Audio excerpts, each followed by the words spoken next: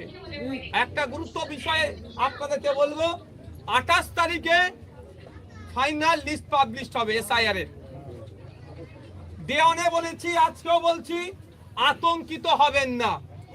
আতঙ্কিত হলে সমস্যার সমাধান হয় না। আপনারা বলুন, গণনা ফর্ম ফিলআপের ব্যবস্থা আমি তো বিভিন্ন জায়গায় ক্যাম্প করেছিলাম, আমাদের নেতৃত্বরা করেছিল। এক জায়গাতেও বলতে পারবে যে ভুল ফর্ম ফিলআপ হয়েছিল? আমরা ফর্ম ফিলআপ করেছি, খসড়া লিস্টে আমাদের নাম এসেছে। বদমাইশি করে লজিক্যাল ডিসক্রিপেন্সির নামে আমাদেরকে ডেকেছে, হয়রানি করেছে, আমরা উপস্থিত হয়ে আমাদের ডকুমেন্টস দিয়েছি। ফাইনাল ভোটার লিস্টে আমাদের নাম আসবে। এই হীনমন্যতায় ভুগবেন না যে আমার নাম আসবে না। কেন আসবে না? কারো দয়াতে আমার নাম আসবে বা কারো অভিশাপে আমার নাম কেটে যাবে, এরকম ব্যাপার নয়। আর্টিকেল 326 আমাদের ভোটদানের স্বাধীনতা দিয়েছে, ভোটার লিস্টের নাম ওঠার স্বাধীনতা এখন আছে, অধিকার আছে, কেউ কেড়ে নিতে পারবে না। তাই আপনাদের বলবো, আপনাদের বিধায়ক হিসাবে আমি বলছি, আতঙ্ক মুক্ত থাকবেন।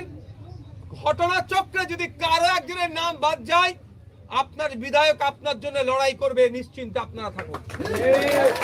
বলেছিলাম, আজকেও বলছি, আমি পালিয়ে যাওয়ার ছেলে নয়, আমি পালিয়ে যাওয়ার ছেলে নয়। তো আপনাদের বলবো, ফাইনাল লিস্ট পাবলিশ হবে। আপনারা আপনাদের বুথের লিস্ট পাবলিশ যেটা হয়েছে সেটা প্রিন্ট আউট করে মানুষের বাড়িতে বাড়িতে যাবেন, নাম মিলিয়ে তাদের বুঝিয়ে দেবেন। সবাই ইন্টারনেট থেকে, সবাই অনলাইন থেকে বার করে মিলানো তাদের সবার পক্ষে সম্ভব নয়। তাহলে আপনাদের কাজ কি হবে? প্রিন্ট আউট করে এই লিস্ট ধরে ধরে বাড়িতে পৌঁছে যাওয়া। কাকা, মাসি, পিসি, চাচা, ফুপু, খালা, তোমার নামটাই দেখো এসে গেছে। আর ঘটনার চক্রে যদি একজনের আসছিল না, তখন কি করবেন? একটু মাথায় রাখুন ভালো করে। প্রথম কথা, সবার আসবে, তারপরে যদি না আসে সেটাও তো জেনে রাখতে হবে। যার নাম যদি কারো নাম কাটে, কি কারণে কাটা হয়েছে তার নোটিশ আসবে, ঠিক আছে? ওই নোটিশের কপিটা কি করবেন? আপনাদের বিধায়ক ছবি তুলে আমাদের নেতৃত্বের মাধ্যমে আমার কাছে পৌঁছাবেন, ওর উত্তর তৈরি হবে। অ্যাপ্লিকেশন মানে আমি বলছি উত্তর তৈরি হয়ে জেলাতে জমা হবে। ডিস্ট্রিক্ট ইলেকট্রাল অফিসার, যিনি ডিএম আমরা এখন বর্তমানে আছে, তার কাছে জমা হবে, হিয়ারিং হবে, নাম উঠবে। কি বলছি বুঝতে আসছে? আজকে দেখছিলাম যত বিচারপতি দিয়েছেন, সেই বিচারপতিতে করলে নাকি 1 মাসে বেশি টাইম লেগে যাবে। বাইরের রাজ্য থেকে বিচারপতি আনছে। আর মমতা ব্যানার্জি সুপ্রিম কোর্টে গিয়ে নাটক ছাড়া কিছু করেন। আমি জোর গলায় বলছি, না জোর গলায় বলছি, আপনাদের মাথায় রাখবেন। মামলাটা পশ্চিমবাংলা সরকার করেনি, আমরা চাই পশ্চিমবাংলা সরকার মামলা করুক। সে কাজ কিন্তু হয়নি। ব্যক্তিগত মামলা আর পশ্চিমবাংলা সরকারের মামলার মধ্যে অনেক তফাৎ। আমি কি বলেছিলাম? আমাদের দাবি কি ছিল? অল পার্টি মিটিং হোক, সেটাও ডাকেনি। আমাদের দাবি কি ছিল? এসআইআর নিয়ে একটা নিন্দা প্রস্তাব পাস করানো হোক, সেখানেও হচপচ করে গুলিয়ে দেওয়ার চেষ্টা হয়েছে। মানে কোনো না কোনো জায়গায় আমরা দেখতে পাচ্ছি, যেভাবে ওয়াকফ আইন লাগু হতে দেব না করতে করতে ওয়াকফ আইনকে মেনে নিয়েছে, যেভাবে ওবিসির নামে মুসলমানদের সাথে দ্বিচারিত হয়েছে, যেভাবে ফেক এসটি/এসসি সার্টিফিকেটের নামে মানে সামনে রেখে প্রকৃত দলিত আদিবাসীদের সাথে বৈষম্য হয়েছে, একই ভাবে তার দলের নেতাদের চোট গুন্ডা মস্তানগুলোকে বাঁচানোর জন্য হয়তো এসআইআরটাকেও মেনে নিতে পারে। আমাদের লড়াই আমাদেরকে লড়ে নিতে হবে। আমাদের লড়াই আমরা মাঠে ময়দানে গণতান্ত্রিক প্রক্রিয়াতে বুঝে নেব। তাই আপনাদের বলবো, আবারও রিপিট করছি, আতঙ্কিত হবেন না। যদি কারো নাম কাটা যায়, কিন্তু তার বাড়িতে নোটিশ আসবে, কেন আপনার নামটা কাটা গেল, নোটিশ আপনি পাবেন। ওর এগেনস্টে যে সামনে কোন একটা কারণ তো বলবে।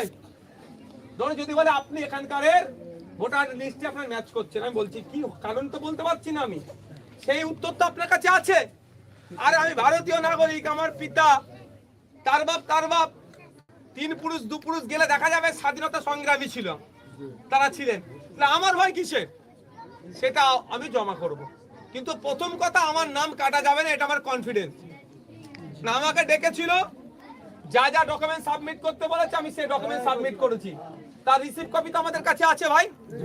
হিয়ারিং এ যাদেরকে ডাক পড়েছিল সেটা নিয়ে চ্যালেঞ্জ হবে, আইনি লড়াই হবে। কিন্তু তার আগে আপনার দুটো স্টেপ সুযোগ পাচ্ছেন। একটা হচ্ছে ফার্স্ট অ্যাপিল ডিস্ট্রিক্টে, সেকেন্ড অ্যাপিল হবে আপনার সিও দপ্তরে। দুটো অ্যাপিলের জায়গা পাবেন। আতঙ্কিত হলে যে কাগজের জন্য আপনাকে রিজেক্ট করেছেন, হয়তো সেই কাগজ আপনার বাড়িতে আছে, আপনি সেটা আতঙ্কে থাকলে খুঁজে পাবেন না। তাই অনুরোধ করছি, এর ওর কথায় উত্তেজিত হবেন না। আমরা নির্দেশনা দেব, প্রয়োজনে আমরা রাস্তায় বসতে হবে। এই নাম যদি কারো অনৈতিক ভাবে কাটে, প্রয়োজনে বিডিও অফিসে যেতে হবে, প্রয়োজনে কলকাতা সিও অফিসে যেতে হবে। সবটাই নির্দেশনা আপনাদের দেবো, আপনারা প্রস্তুত থাকুন।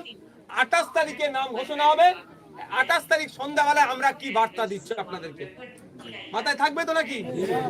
এও ডেকে ডাকছে, চলে যাবেন না একদম। একটা আমি উদাহরণ দিচ্ছি, কেন বারণ করছি। এও ডাকলে চলে যাবেন না।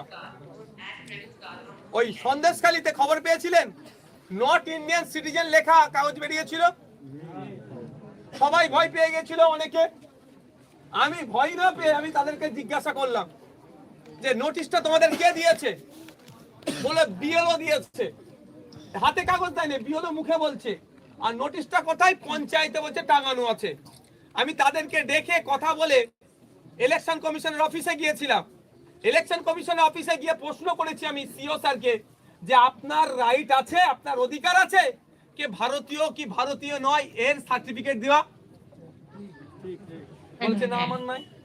কারণ ওটা ওনার এখতিয়ারের মধ্যে পড়েনি। আমি ইলেকশন কমিশনের অফিসে গিয়ে যদি বলি আমার এখানে পানীয় জলের জন্য একটা কলের দরকার, ওকে দিতে পারবে?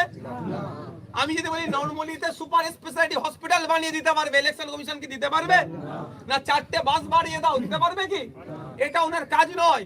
ঠিক যেমন এই হসপিটাল, স্কুল, রাস্তাঘাট, কল তৈরি করা ইলেকশন কমিশনের কাজ নয়, একইভাবে কে ভারতীয় নয় কে ভারতীয় এই ভাগ করার দায়িত্ব ওদের নয়। এটা ministry of home affairs central গভর্নমেন্টের আন্ডারে পড়ছে, তার কাজ। কিন্তু তাহলে ওই লিস্টটা কারা টাঙিয়েছে? আমি বললাম তাহলে এটা আপনাকে যাঞ্চ করতে হবে, তদন্ত করতে হবে। তদন্ত করে বলছে, উত্তর দিচ্ছে কেউ লিস্ট টাঙায়নি।